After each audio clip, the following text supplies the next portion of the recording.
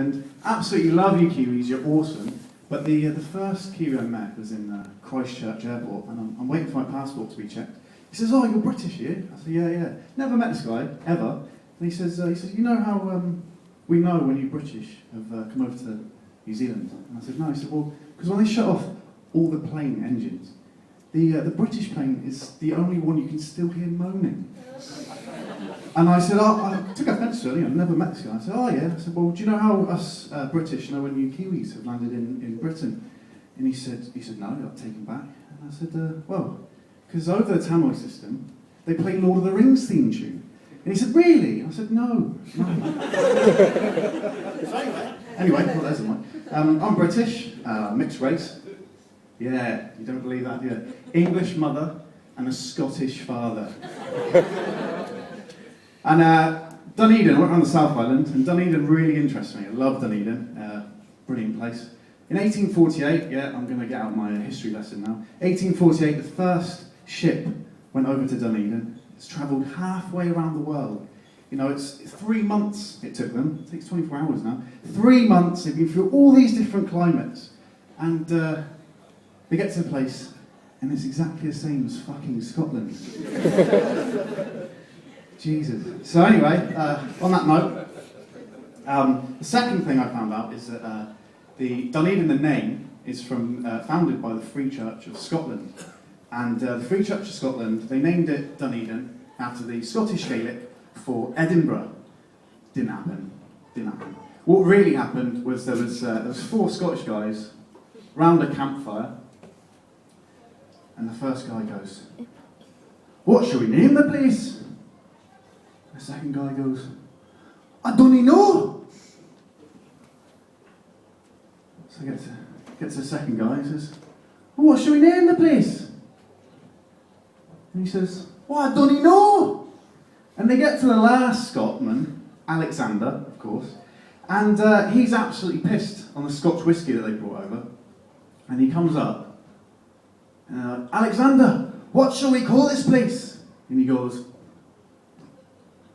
"Dunedin." And they go, "Yes, that's a brilliant name. Why didn't we think of that?" Oh, no, wait, that story doesn't work, does it?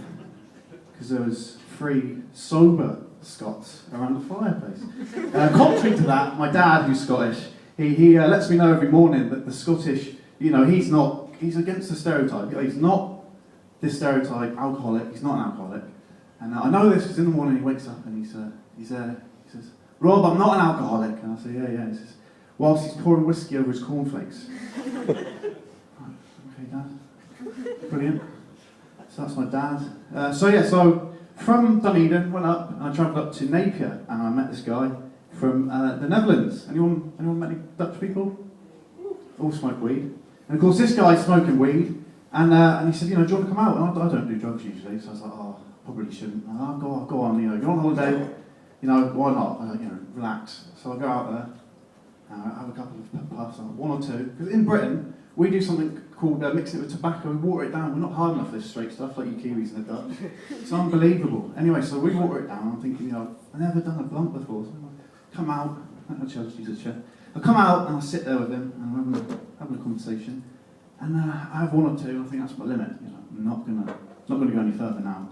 And then this fucking American girl comes out.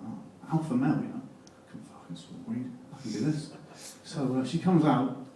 And I'll up my game, so I have 1 or 2 more. So it comes round, goes on again, talking, and I sat there and I'm absolutely fine. This weed's doing absolutely nothing to me. I'm fine. I'm bloody fine, absolutely fine. And then I'm looking over the balcony of this hostel, and the police car goes past. Oh my God, I'm getting deported. I've only been here for 6 weeks, I'm getting deported for 5 tokes of a bloody spliff. Oh my God. And whilst this is going on in my head, whilst I'm sat here, I noticed that the Dutch guy and the American girl, they're just talking like normal. I'm thinking, okay. The American girl turns around, she says to the Dutch guy, "Is that guy alright?" And I'm like, I don't want this Dutch guy to answer for me. So I sit there and I go, "Yeah, I'm fine." I definitely didn't enter any more of the conversation after that. But funnily enough, it was my best night's sleep in a hostel. Anyway, so I got my dad out of the way. better move on to my mother. Went up to Dargaville. Wasn't a joke. And my uncle and auntie live up there, and got this card sent by my mum. Guys at the back, if you can't see it, I'll describe it to you. It's 3 pink flowers.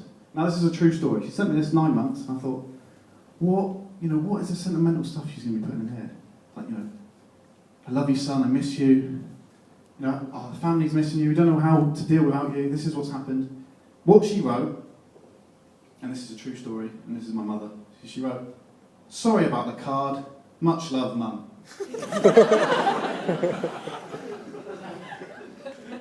It's a bit depressing that you laugh at that because it's actually a true story. And so then I open it up and I noticed this the other day when I was thinking about the joke. I was thinking, she's put sorry about the card. You've got all this space over here. She's I'll go down to the next line. and then I was just out the back thinking about my jokes. Oh my god, I'm shitting my pants. Out the back and I'm thinking about my jokes and I turn around and I literally just thought this, and it says inside left blank for your own message. I thought that was funnier. So, final joke. Oh, it's not really a joke. I was here last week. Anyone here last week? Yep. No? Yes. Do you remember the New Age guy? Yes. Comes on 6 minutes of this New Age joke. Like, I love it that you two are laughing because no one else is. Anyway, so he comes on. He's all like, "Oh yes, and like everyone's like, first 2 minutes, there's a couple of laughs at the front. Oh, that's cool, yeah. And then I'm sat over there. And I remember thinking, I don't get this, but then I don't get that guy in Britain who does the same sort of thing. So I was like, okay, right. So I was watching, and then this fucking guy, in the middle, he goes, "Get off the fucking stage! You're at an amateur night, you prick." Anyway, so I'm sat there, and I think, what? And I look forward, and this is why I love you Kiwis, because if I did this in Britain, someone else would be, "Fucking get off the stage." But no, I looked forwards, and about 7 heads went. And I was like, fucking awesome, you Kiwis rule. Thanks so much. I really enjoyed that.